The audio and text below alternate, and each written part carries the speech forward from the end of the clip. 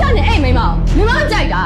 ကိုကြီးနဲ့ဘလို့နီးနဲ့မှသဘောမတူနိုင်ဘူးအဲ့ဒါနဲ့ခါတာ လို့ဆိုအပိုင်းကြီးကတော့ဒီကောင်မလေးရမ်းဆွာတာပဲပေါ့ပြင်မမတည့်ဘူးလားပေါ့နော်အဲ့လိုလေး feedback လေးတော့ပြန်ကြားရပါတယ်ကိုလည်းတစ်ခါရောင်းမဆိုတာမရောက်အကိုကြီးရဲ့မိမပဲရှိသေးတာပေါ့နော်အကိုငယ်ရဲ့ကောင်းမလေးရောင်းမဖြစ်လာမယ်လုံးဝဖြစ်လာမယ်ဟာလေကိုထိုက်ကြိုက်မတွေ့ရသေးဘူးလေသိလည်းမသိရသေးဘူးဆိုတော့ဖြစ်လာမယ်အနေထားပေါ်မူတည်ပြီးတော့ပဲစဉ်းစားမယ်ပြီးတော့စဉ်းစားထားပါတယ်ကောင်းတာလည်းရှိရဆိုးတာလည်းရှိအဲ့တော့ကောင်းတဲ့ဘက်ကကြာလည်းအဲ့လိုမျိုးအဖြစ်မှမဟုတ်ဘူးပေါ့နော်ဆိုးတာကြာလည်းကားရကအတိုင်းဖြစ်မှာပေါ့နော်ဒါတော့ဘယ်လိုဖြစ်နေဖြစ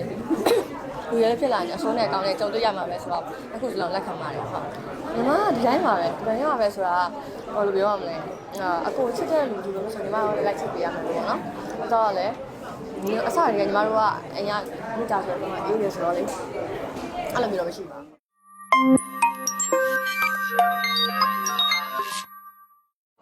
းဒီမှာတော့ညီမကကြတော့အကိုအရင်ချစ်ပြီးတော့ဖက်ဆူဆူကောင်းမလေးများတယောက်ဆောင်ထားတယ်အမဆိုပြရကြတော့ညီမကထိတ်ကြတွေ့တဲ့အချိန်မှာအမြဲတမ်း against လုပ်ရတဲ့ခါကျတော့သူကဘယ်လိုပြောမလဲအကိုပေါ့နော်ရအောင်ကြည့်မယ်ဆိုပြီးတော့အဲ့လိုမျိုးမခံနိုင်စိတ်နဲ့ပေါ့နော်အဲ့လိုမျိုးcharacter ပုံစံနဲ့ပြီးရအလိုအေးပုံစံနဲ့တွားထားတယ်ဒီမှာဆောင်းဆန်ကကြတော့လေသူ့ရဲ့ character အနေနဲ့အမျိုးဖုံတော့ပေါ့နော်အဲ့လိုပုံစံနဲ့တွားထားတယ်ဒီကဖုံးမှာကျတော့ညီမထုတ်နေရာတွေကအစင်မပြေတဲ့နေရာတွေတရုပ်ဆောင်လို့မရတဲ့နေရာတွေပေါ့နော်အကုန်နဲ့အပြိုင်စကားပြောရမယ့်နေရာတွေဆိုလို့ရှိရင်အရင်ခက်ခဲပါတယ်အရင်လည်းတော့ကြိုးစားရတယ်ပြီးသူချာလည်းအကူတင်ပြီးရဟာနားထောင်ပြီးတော့လေအားဆိုင်ပြီးတော့လေတရုပ်ဆောင်တဲ့အခါမှာအများကြီးကိုကြိုးစားခဲ့ရပါတယ်။စောက်လိုက်တာမိုးရဲ့။ဒါလူသားနဲ့ပြည်သားမခွဲစားနိုင်ဘူး ကိုကလည်းနေတော်မနေတတ်တော့ ပုံဆက်ဆောက်ဦးချင်းရဲ့ပိုင်းနေမှာကျတော့အမျိုးအရင် romantic ဆန်ဆန်လေးနဲ့ပြိတ္တတွေအရင်သဘောကျပြီးတော့ romantic ဆန်ဆန်ကားလေးကိုထင်မယ်ပေါ့နော်။နောက်ပိုင်းဇက်နယ်လောက်ကြာလို့ရှိရင်ဟိုထင်တာတွေမြင်တာတွေနဲ့ဟိုတစ်ခါထင်တာတွေမြင်တာတွေနဲ့လည်း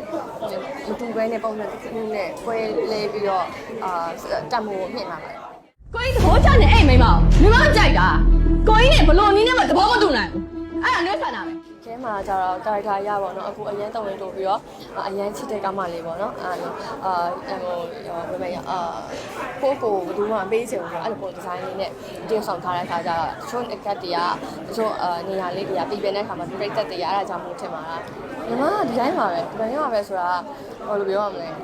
အကိုချစ်တဲ့လူဒီလိုဆိုညီမတို့လိုက်ချစ်ပေးရမှာပေါ့နော်အဲ့တော့လည်းဒီအစားတွေကညီမတို့ကအရင်မိသားစုတော့အေးရဆိုတော့လေအဲ့လိုမျိုးတော့မရှိပါဘူ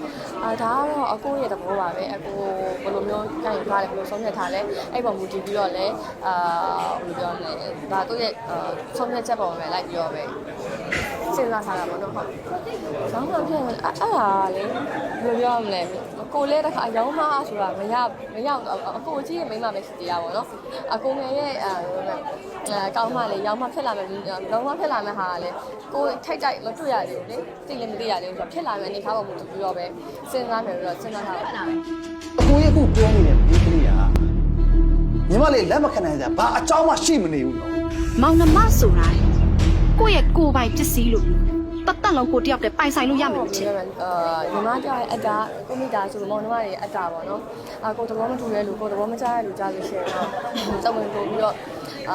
လိုက်ပြီးတော့ပြောနေမှာပဲဒါမိန်းကလေးတယောက်လည်းဖြစ်တယ်ညီမလေးလည်းဖြစ်တယ်အမလည်းဖြစ်တယ်အဲ့လိုဖြစ်မှာပါပြီးတော့မှကိုရွေးချိန်ကိုမောင်လေးရွေးချိန်လိုက်တဲ့လူကိုမူတည်ပြီးတော့အများကြီးပြောင်းလဲလာမယ်လို့ထင်ပါတယ်ဟုတ်ဆက်လန်တွေအားကောင်းလာတဲ့အခါမှာတယောက်ဆောင်တက်လေးပြီးတော့လို့ရှိရင်မင်းသားလေးတက်လေးအများကြီ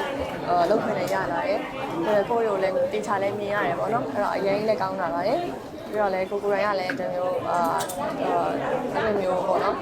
မတူတဲ့ platform တွေမတူတဲ့ဇာတ်ကားတွေမတူတဲ့ပုံစံမျိုးတွေနဲ့ခြားကြတဲ့ခါမှာဒီနဲ့ပို့ပြီးတော့သဘောကျပါအခုလောလောဆယ်အပိုင်းကြီးကတော့ဒီကောင်မလေးရမ်းဆွာတာပဲပေါ့ပြင်မမတည့်ဘူးလားပေါ့နော်အဲ့လိုလေး feedback လေးတော့ပြန်ကြားရပါတယ်ဟုတ်အဲ့ဒါလေးရလားအဲ့ဒါလေးကတော့ဘယ်လိုပြောမလဲကာယရပေါ့နော်တရုပ်ဆောင်တာဖြစ်တဲ့ကြောင့်မလို့ဒါလေးကာယပြီးပြင်းလို့အဲ့လိုမျိုးထင်ကြတာပေါ့နော်အဲ့တော့လည်းအဲ့ဒီကလည်းပြောပါတယ်ပုံမှန်အဖြစ်ဒီမှာအေးဆေးပဲနေတာဆိုတော့အဲ့လိုမျိုးဒါကတော့ဘယ်လိုပြောမလဲတေချာပေါင်းချင်တော့သိမှာပေါ့ဟုတ်အားကြအဲ့ကြောင့်မို့လေကောင်းတာလည်းရှိရဆိုးတာလည်းရှိအဲ့တော့ကောင်းတဲ့ဘက်ကကြာလည်းအဲ့လိုမျိုးအဖြစ်မှမဟုတ်ဘူးပေါ့နော်ဆိုးတာကြာလည်းကားရရအတိုင်းဖြစ်မှာပေါ့နော်ဒါတော့ဘယ်လိုဖြစ်နေဖြစ်လဲ လူရဲဖြစ်လာရင်အစိုးနဲ့အကောင်းနဲ့ကြုံတွေ့ရမှာပဲဆိုတော့အခုစလုံးလက်ခံပါတယ်ဟုတ်ညီမအကူရောကျေးဇူးများတင်ပါတယ်ညီမတို့မောင်နှမညတယောက်ဆောင်ထားတဲ့မျက်နှာဖုံးဆက်လက်ပြောတွေကိုလည်းအပေးပါအောင်လို့ပြောချင်ပါတယ်ရှင်ဆန်နေကီမှာမဟာမှာထောက်လင်းပြသနေရဖြစ်ပါတယ်